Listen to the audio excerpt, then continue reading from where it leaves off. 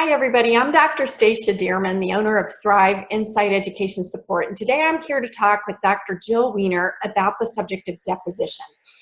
I first met Jill when I chose to take her online course for physicians on the subject of meditation.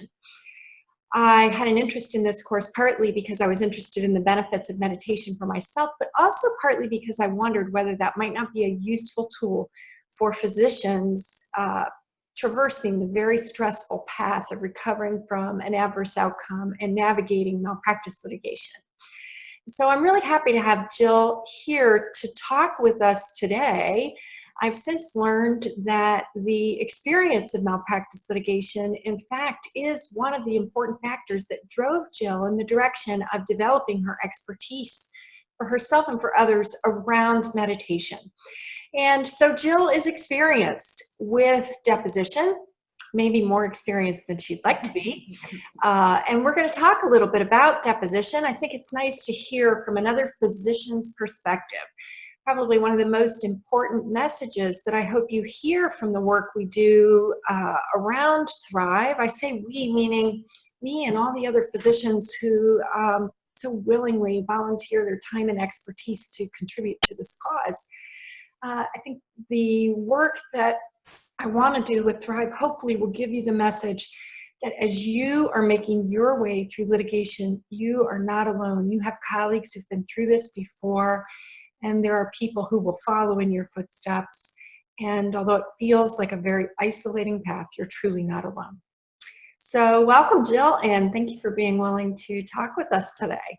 Thanks for having me. I'm excited, not excited to go down the deposition journey, but as I was reviewing your course, which is so amazing, it brought up a lot of actually painful memories for me, which is so interesting after all this time, and just made me realize how important it is that you're doing this course. Because if I had had something like that, gosh, when it was back in 2011, I would have made it through much more easily. Wow. Yeah, I think the lack of information that we tend to have, a lack of knowledge that we as physicians have when we go into malpractice litigation just makes deposition so much harder than it has to be. Exactly.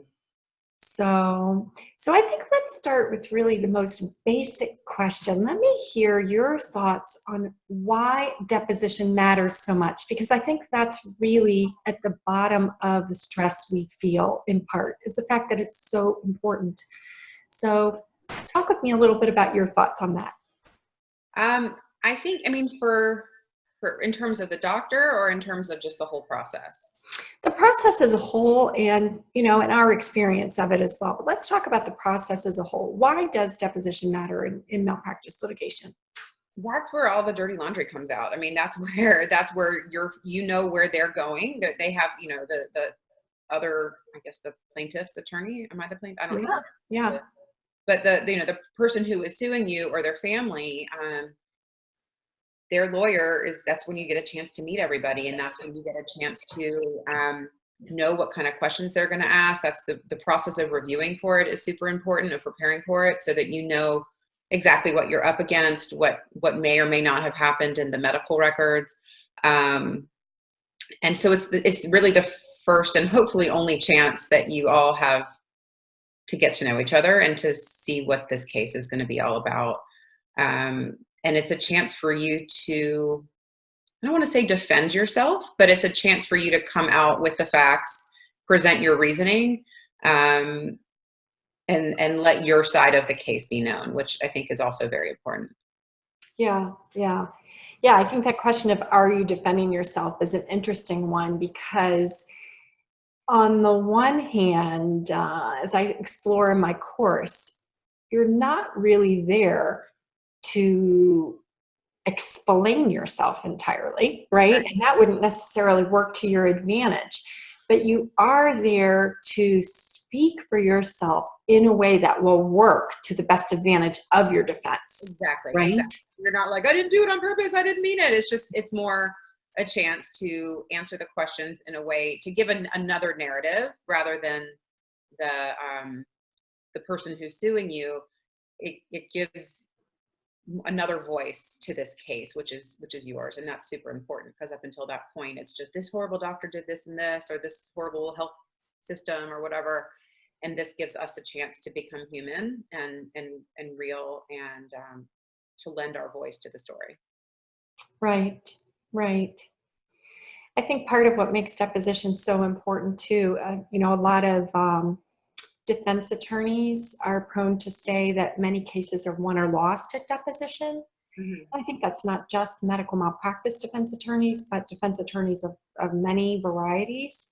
Sure. I think it's exactly as you're describing. It's because that is the first time when you actually encounter that plaintiff's attorney face to face, and they have a chance to hear from you, to see who you are, and to assess where this case is going, and to attempt to push it in the direction that they would like to go. Yeah. Right. Right.